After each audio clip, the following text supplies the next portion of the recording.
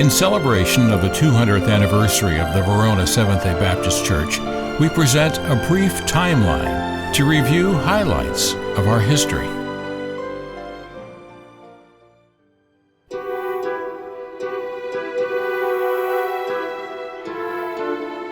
During the presidency of Thomas Jefferson in 1804, Daniel Williams, a Minuteman in the Continental Army during the War of Independence, and a member of the Hopkinton, Rhode Island Seventh-day Baptist Church, left his home with his wife Amy, a daughter, and two of his sons, and started up country. His writings state that it took them, quote, 4 weeks to make this wearisome journey with a yoke of oxen and one horse. They settled in a locality then called the Western Wild in the towns of Rome and Verona in central New York. Soon after this first band of Williamses, Daniel's brothers Henry and Joshua and his remaining 5 sons joined them.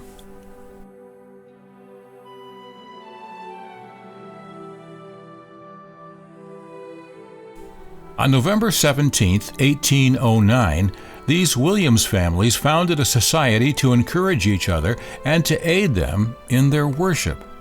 The religious pact was signed by 24 people, all relatives. The pact stated that, quote, "We mutually agree to endeavor to keep up the public worship of God and His holy seventh-day Sabbath. We also agree to endeavor to keep up a friendly and loving watch care of each other for our mutual good."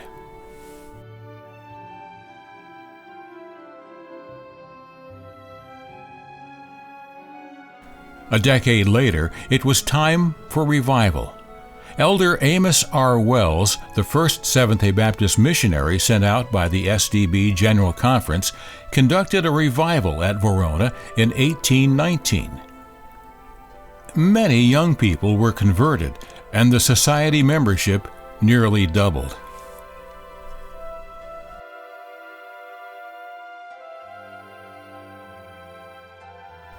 In June of the following year, the group was formally organized as an individual church.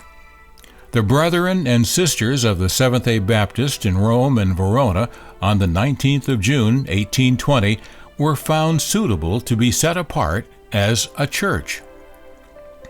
It was determined that the 45 Christians were ripe for organization. The right hand of fellowship was given by the national SDB leadership, and they were acknowledged as a church, now known as the First Verona Seventh-day Baptist Church. Immediately after the organization of the church, more people were added to the rolls. Itinerant ministers occasionally passed through to preach to the people.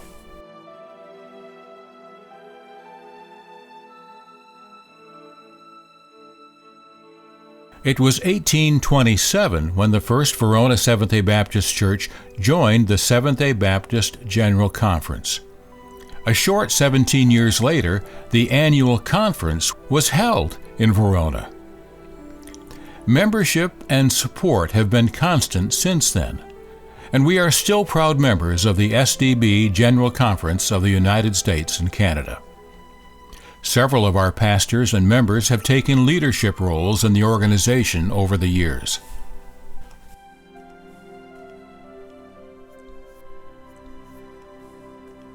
The group decided to build a formal structure, which would become the basis of our current church building. In 1829, subscriptions were taken for the purpose of building a meeting house. $464.75 was raised.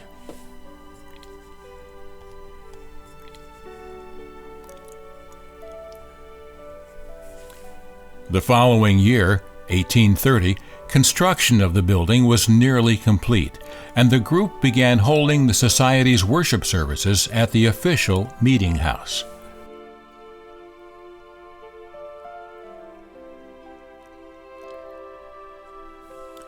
In 1836, 9 years after joining the General Conference, several men from the church traveled to Brookfield to organize the Central New York Association of Seventh-day Baptists.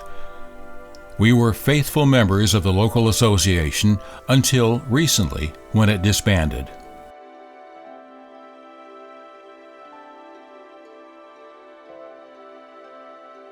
In 1842, the Verona Sabbath School was organized for weekly small group Bible study.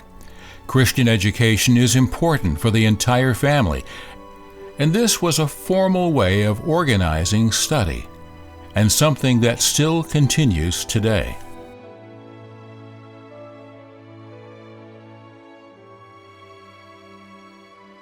The Verona Seventh Day Baptist reported in 1857 that a great revival was held that affected the entire community. It resulted in 47 baptisms, and 17 new members joined the church. The enthusiasm of this spread throughout the community and was indeed a witness of God's power.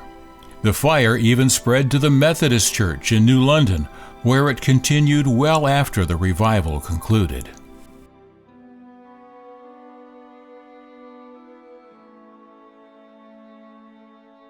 (1869) brought around lots of physical changes to the church building.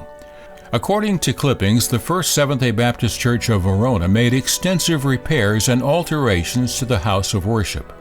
In fact, it was almost entirely rebuilt at a cost of about $1,600.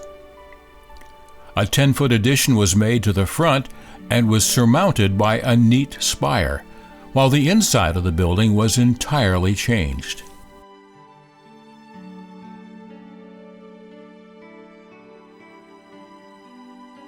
Revival time came around again in 1874, and 90 persons were converted or reclaimed from such extreme backsliding as made them emphatically, quote, men of the world.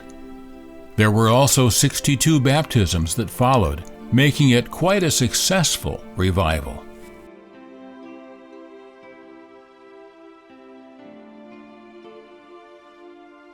The Ladies' Benevolent Society was organized at the church following a lecture by Miss P.F. Randolph in June of 1886.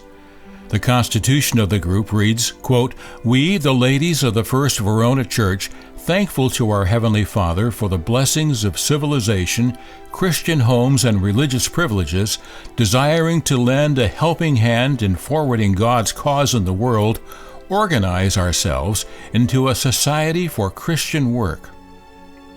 The objects of this society are, number 1, to increase true Christian sociability. Number 2, to interest all our ladies, both young and old, in denominational enterprises. And number 3, to raise funds for benevolent purposes both home and abroad." Today, the Ladies' Aid continues its enterprise to support missions and raise money to aid the church's programs.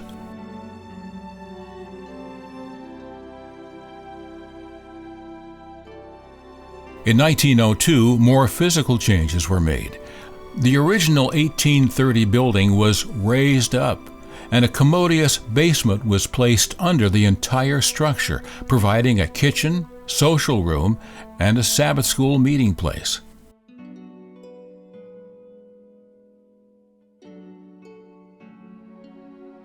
Interdenominationally, the church has always been a leader in our community. The Verona Seventh Day Baptist were instrumental in formulating the Sunday School Convention in the town of Verona churches, later the Town of Verona Council of Religious Education, and now the VACC, Verona Area Council of Churches. Fellowship has been very good between the Verona area churches, and in 1920, we were instrumental in creating a community vacation Bible school.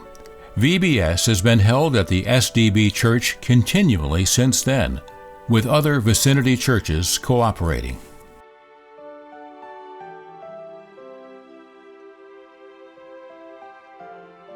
To mark the beginning of the second century of the First Seventh-day Baptist Church of Verona, a maple tree was planted at the corner of the church lot. In 1923, the wooden steps and porch were replaced with cement stairs, and a roof was added over the new landing. At the same time, a bell was given as a memorial gift and placed in the belfry spire. The belfry had been without a bell from the time it had been added to the church about 80 years earlier. In this, our bicentennial year, the steps have been replaced with a new galvanized coated steel structure that includes a removable center rail.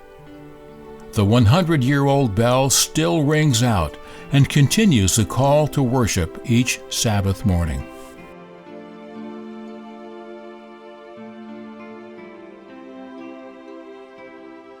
Then tragedy struck. Returning home from a Christmas shopping trip in December of 1931, Pastor and Mrs. George Sorensen's touring car was struck by an eastbound New York Central passenger train at the Greenway crossing. It was one of 12 trains that made a daily stop in Greenway. Pastor Sorensen was killed instantly and his wife was gravely injured. Sadly, the location was known as a dangerous blind crossing.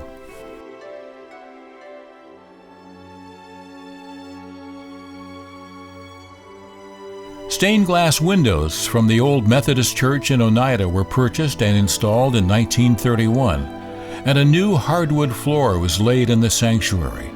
A dedication service was held in 1932 for the new windows and included biographical sketches of those for whom the windows were memorialized. The newly installed stained glass window nearest the pulpit was dedicated to the memory of Reverend Sorensen.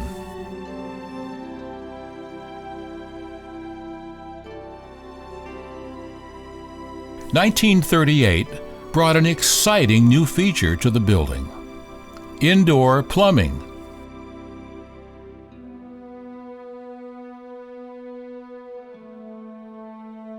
In 1945, a robust Christian summer camp program was established.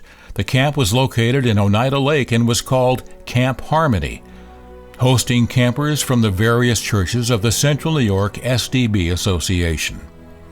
Throughout the years, Camp Harmony moved to other locations in Central New York. In the mid-1970s, due to government regulations and expense, Camp Harmony attendees joined with other New York State SDB youth and attended Camp Harley Sutton in Alfred Station, New York, where the youth camp program continues. As SDB campers sing in the youth rally song, "We'll strive to be true to the Sabbath, we'll strive to be true to our God, and whether at home or afar we shall roam, will guide our lives by His word."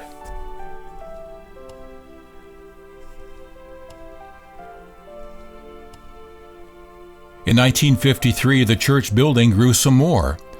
A new 20-foot addition was added to the back of the building, which is in the front of the sanctuary.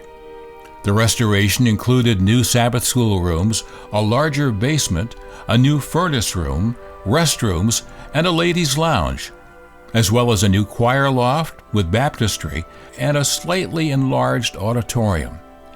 This completed the sanctuary footprint to what it is today. The estimated cost for this renovation was $10,000.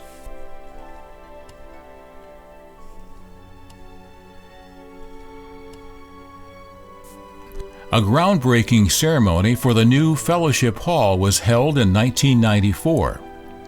The new hall includes a kitchen and restroom facilities, a large social room, and a full basement for storage. It has been utilized for special fellowship times for church members and friends, and usually includes lots of good food. We are able to extend God's love to our neighbors as we use the building for community outreach and events.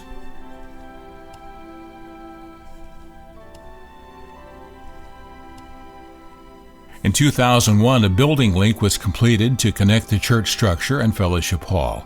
This area is utilized as a welcoming and communication center, as well as a shelter from Central New York's extreme weather as we pass between buildings.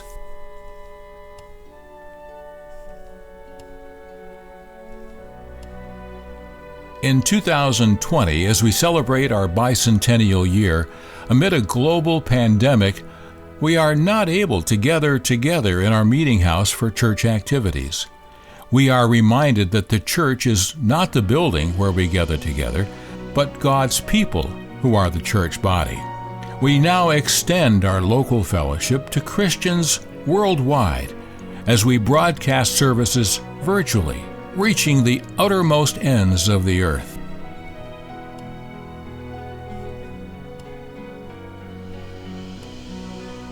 Our church building, standing at the four corners of Churchville, has seen the progression of the ox cart to modern hybrid vehicles, and from a founding family to our current diverse membership and worldwide participation. Through these changes, one thing remains constant.